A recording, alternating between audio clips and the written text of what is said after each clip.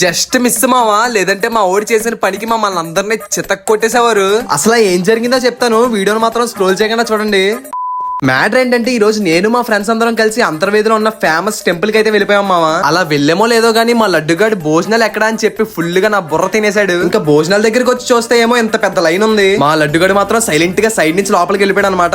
మేము కూడా ఇంకా లేట్ చేయకుండా ఆ రూట్ నుంచే లోపలికి వెళ్ళిపోయాం. వెళ్ళి కూర్చోగానే మన ముందు ఒక అరిటాక్ వేసారు. ఇంకా వడ్డించడం స్టార్ట్ చేసిన తర్వాత మనకి ఒక బూరేం సరిపోద్దని చెప్పి 2 బూర్లు వేయించుకున్నాను అనమాట.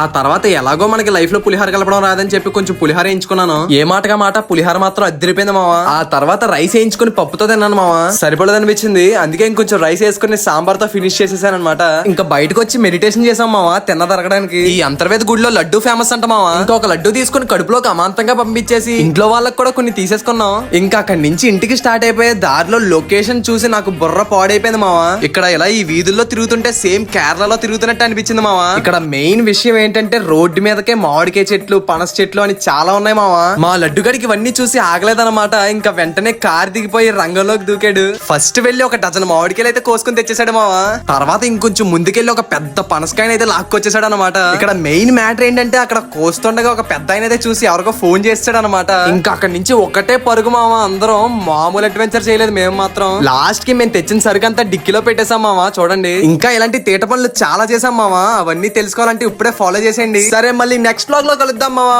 బాయ్.